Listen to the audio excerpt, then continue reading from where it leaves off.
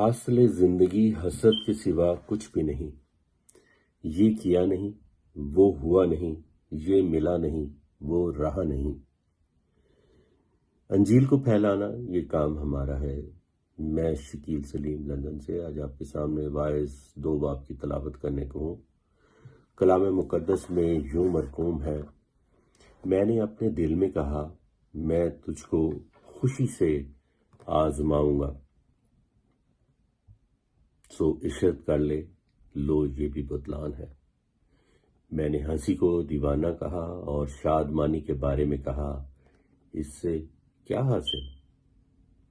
سو میں نے دل میں سوچا کہ جسم کو میں نوشی سے کیوں کر تازہ کروں اور اپنے دل کو حکمت کی طرف مائل رکھوں، اور کیوں کر حماقت کو پکڑے رہوں، جب تک معلوم کروں کہ بنی آدم کی بہبودی کس بات میں ہے کہ وہ آسمان کے نیچے عمر بھر یہی کیا کریں۔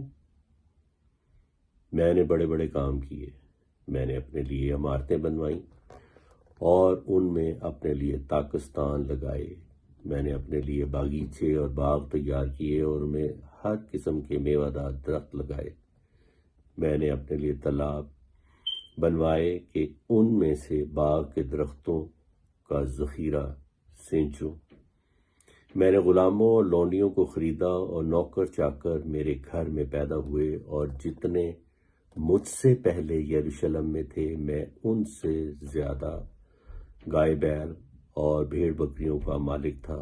میں نے سونا اور چاندی اور بادشاہوں اور صوبوں کا خاص خزانہ اپنے لیے جمع کیا،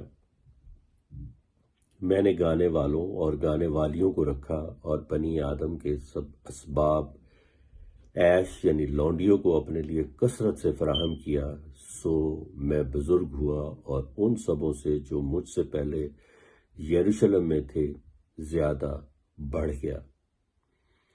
میری حکمت بھی مجھ میں قائم رہی اور سب کچھ جو میری آنکھیں چاہتی تھیں میں نے ان سے باز نہ رکھا۔ میں نے اپنے دل کو کسی طرح کی خوشی سے نہ روکا، کیونکہ میرا دل میری ساری محنت سے شادمان ہوا اور میری ساری محنت سے میرا بخیرہ یہی تھا۔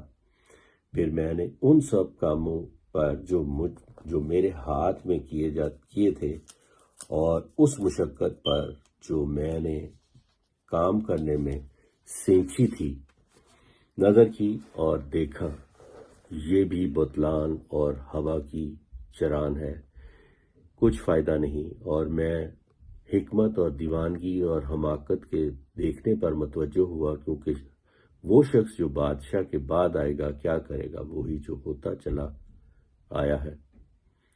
اور میں نے دیکھا کہ جیسی روشنی کو تاریکی پر فضیلت ہے، ویسے ہی حکمت حماقت سے افضل ہے۔ دانشور اپنی آنکھیں اپنے سر میں رکھتا ہے، پر احمق اندھیرے میں چلتا ہے۔ تو بھی میں جان گیا کہ ایک ہی حادثہ ان سب پر گزرتا ہے۔ تب میں نے دل میں کہا، جیسا احمق پر حادثہ گزرتا ہے ویسا ہی مجھ پر بھی ہوگا، پھر میں کیوں زیادہ دانشور ہوا۔ سو میں نے دل میں کہا، یہ بھی بتلان ہے، کیونکہ نہ دانشور اور نہ احمق یادگار ابد تک رہے گی، اس لیے کہ آنے والے دنوں میں سب کچھ فراموش ہو چکے گا، اور دانشور کیوں کر احمق کی طرح مرتا ہے۔ پس میں زندگی سے بیزار ہوا، کیونکہ جو کام دنیا میں کیا جاتا ہے مجھے بہت برا لگا، کیونکہ سب بتلان اور ہوا کی چران ہے، بلکہ میں اپنی ساری محنت سے جو دنیا میں کی تھی بیزار ہوا، کیونکہ ضرور ہے کہ میں اسے اس آدمی کے لیے جو میرے بعد آئے گا چھوڑ جاؤں، اور کون جانتا ہے کہ وہ دانشور ہوگا یا احمق۔ بہرحال وہ میری ساری محنت کے کام پر جو میں نے کیا اور جس میں نے دنیا میں اپنی حکمت ظاہر کی ضابط ہوگا، یہ بھی بتلان ہے۔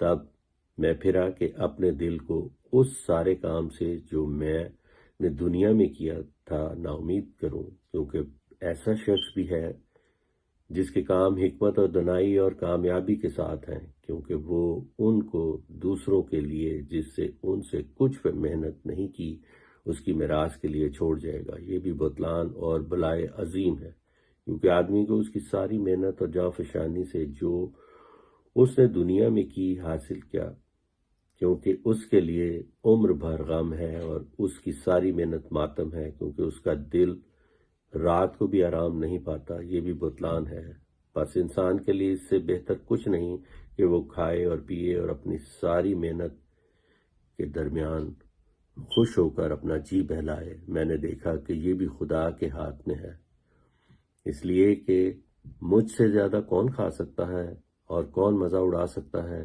کیونکہ وہ سب آدمیوں کو جو اس کے حضور میں اچھا ہے حکمت، دانائی اور خوشی بخشتا ہے، لیکن گناہگار کو زحمت دیتا ہے کہ وہ جمع کرے اور انبار لگائے تاکہ اسے دے جو خدا کو پسندیدہ ہے۔ یہ بھی بطلان اور ہوا کی چران ہے۔ خدا ان کی پاک کلام کے پڑھے، سنے اور سمجھے جانے پر خدا ان کی برکت ہو، آمین۔ جے مسیح کی۔